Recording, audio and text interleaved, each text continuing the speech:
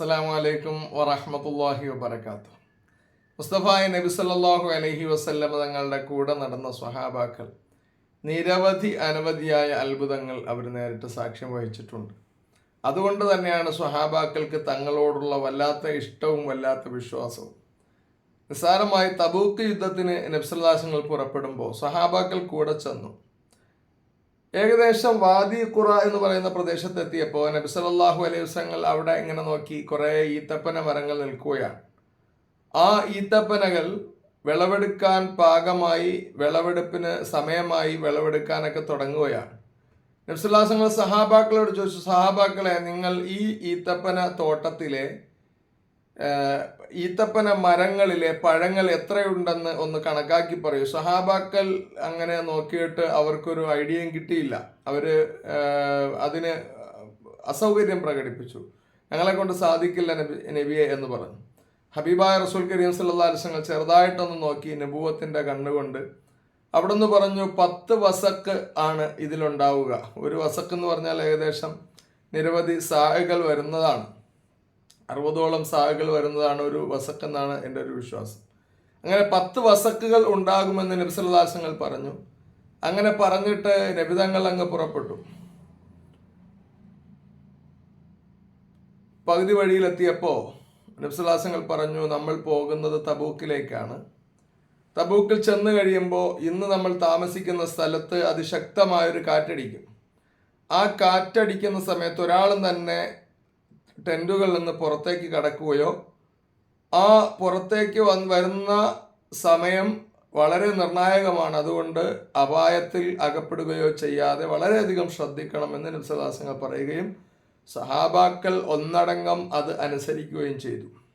പലപ്പോഴും നബി സല്ലല്ലാഹു അലൈഹി വസല്ലമയുടെ വാക്കുകളിലെ പറയുന്നതിലെ മനസ്സിലാക്കുന്നതിലെ ചെറിയ അപാകതകൾ പലപ്പോഴും വലിയ ബുദ്ധിമുട്ടുകൾ നേരിടേണ്ടതായി സഹാബാക്കളുടെ ജീവിതത്തിൽ തന്നെ കണ്ടിട്ടുണ്ട്. നമ്മൾ മുൻപ് ഉഹദ് യുദ്ധത്തിലെ ചരിത്രം പറഞ്ഞതുപോലെ. അങ്ങനെ നബി സല്ലല്ലാഹു അലൈഹി വസല്ലം പറഞ്ഞു, ഒരാളും കാറ്റടിക്കുന്ന സമയത്ത് എണീക്കുകയോ പുറത്തേക്ക് ഇറങ്ങുകയോ ചെയ്യരുത്. എല്ലാവരും പാലിച്ചു. പക്ഷെ ഒരു വ്യക്തി മാത്രം അത് അത്ര ശ്രദ്ധിച്ചില്ല. അദ്ദേഹം എണീക്കുകയോ പുറത്തേക്ക് ഇറങ്ങുകയോ ചെയ്തപ്പോൾ അദ്ദേഹത്തെ കൊടുങ്കാറ്റ് പറത്തിക്കൊണ്ടുപോയി. നബി സല്ലല്ലാഹു അലൈഹി വസല്ലം പറഞ്ഞതുപോലെ കൃത്യസമയത്ത് കൃത്യവേളയിൽ തന്നെ ആ രാത്രി തന്നെ കൊടുങ്കാറ്റടിച്ചു. എഴുന്നേറ്റ ആളെ പറത്തിക്കൊണ്ടുപോയി വളരെ വിദൂരത്തുള്ള ഒരു മലയുടെ ഇടയിൽ ആണ് അദ്ദേഹം കാറ്റടിച്ചു പോയി വീണത്. വലിയ ബുദ്ധിമുട്ടുണ്ടാവുകയും ശരീരമാസകലം മുറിഞ്ഞ് അവിടെ ഇവിടെയൊക്കെ പരുക്കൊക്കെ പറ്റി വലിയ ബുദ്ധിമുട്ടുണ്ടാവുകയും ചെയ്തു. നബി സല്ലല്ലാഹു അലൈഹി വസല്ലമയുടെ ആ ഒരു പ്രവചനം നബി തങ്ങൾ ആ പറഞ്ഞത് സഹാബാക്കൾക്ക് വലിയ അതിശയമായി. കാരണം രാത്രി ആരും പ്രതീക്ഷിക്കാത്തൊരു കാറ്റായിരുന്നു നബി സല്ലല്ലാഹു അലൈഹി വസല്ലം പ്രവചിച്ചത്. നബി തങ്ങൾ അത് പറഞ്ഞില്ലായിരുന്നെങ്കിൽ സഹാബാക്കൾക്ക് പലർക്കും ജീവഹാനി സംഭവിച്ചേനെ. അങ്ങനെ ആ പ്രവചനം കൊണ്ട് നബി സല്ലല്ലാഹു അലൈഹി വസല്ലമയുടെ നബുവത്ത് വ്യക്തമായി എന്ന് മാത്രമല്ല, ഒരുപാട് സഹാബാക്കളുടെ ജീവനും സംരക്ഷിക്കാനായി. അങ്ങനെ യുദ്ധം കഴിഞ്ഞ്, തബൂക്ക് യുദ്ധം കഴിഞ്ഞ് തിരിച്ചു വരുന്നതും ഈ വാദി ഖുറായിൽ കൂടെ തന്നെയാണ്. വാദി ഖുറായിൽ എത്തിയപ്പോൾ നബി സല്ലല്ലാഹു അലൈഹി വസല്ലമയുടെ വരവും സഹാബാക്കളുടെ വരവും കാത്തുകൊണ്ട് വാദി ഖുറയിലെ നേരത്തെ പരാമർശിച്ച തോട്ടത്തിലെ സ്ത്രീകൾ കാത്തു നിൽക്കുകയാണ്. എന്താണ്? നബി സല്ലല്ലാഹു അലൈഹി വസല്ലം പറഞ്ഞതിൽ നിന്ന് ഒരു സാ കൂടിയിട്ടോ ഒരു സാ കുറഞ്ഞിട്ടോ ഇല്ല.